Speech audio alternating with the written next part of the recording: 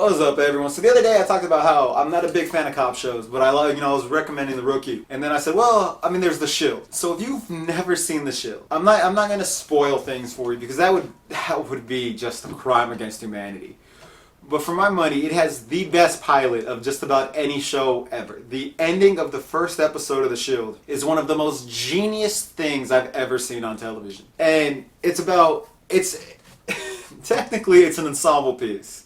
So you have the captain of the police station, a man named Aceveda, and then you have detectives Claudette and Dutch, and they're kind of your more traditional detectives. And then you have patrol units. You have two uniform officers, Danny and Julian, and then you have the strike team. And the strike team consists of Vic Mackey, Shane, Curtis, and Ronnie. And so while the show spends equal time with all these characters and bounce back and forth, it's hard not to just fall in love with the strike team. That's where your main focus goes. And they're kind of corrupt. Like, when I say kind of, they're kind of corrupt.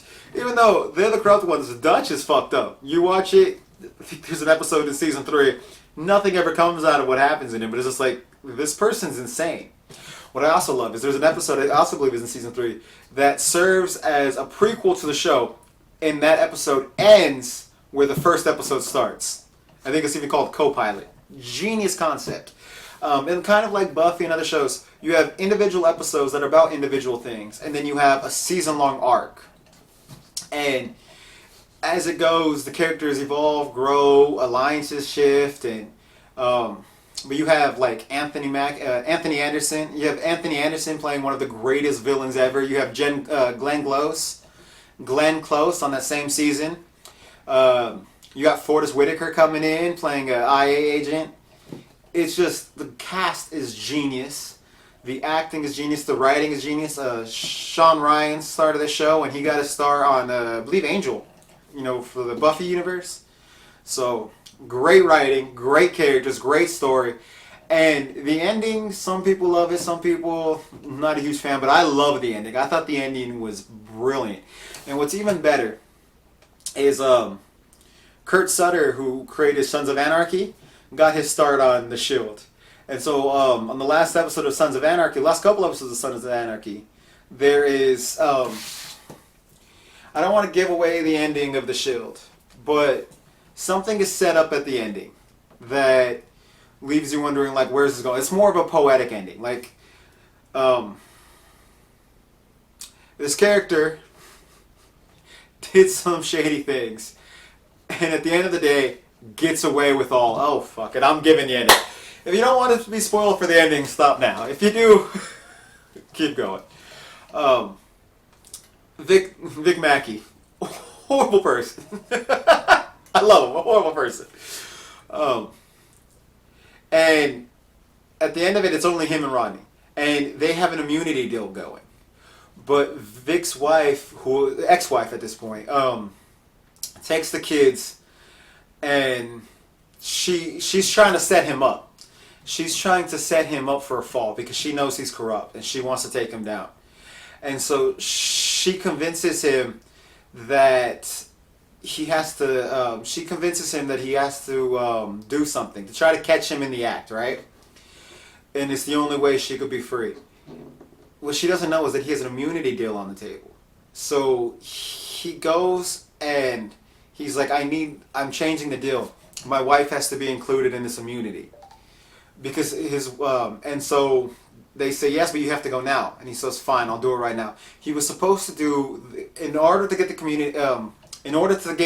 immunity, he has to confess to everything he ever did. He was supposed to do it at the same time as Ronnie, so they both confessed at the same time. But he did it early to save his wife. So his friend goes down for everything. And Vic gets away with everything. Turns out his wife was never in any legal trouble. She was trying to set him up. So she takes the kids and flees. He then, and then he's stuck in this job for the government for 3 years. And if he steps out of line, if he doesn't do what he's told, he'll end up in prison and his immunity will be taken away. And he thought he was going to be a field agent because that's what they promised him. But after hearing everything he did, they're like, oh, hell no, you're a desk duty. You're not even allowed to have a gun.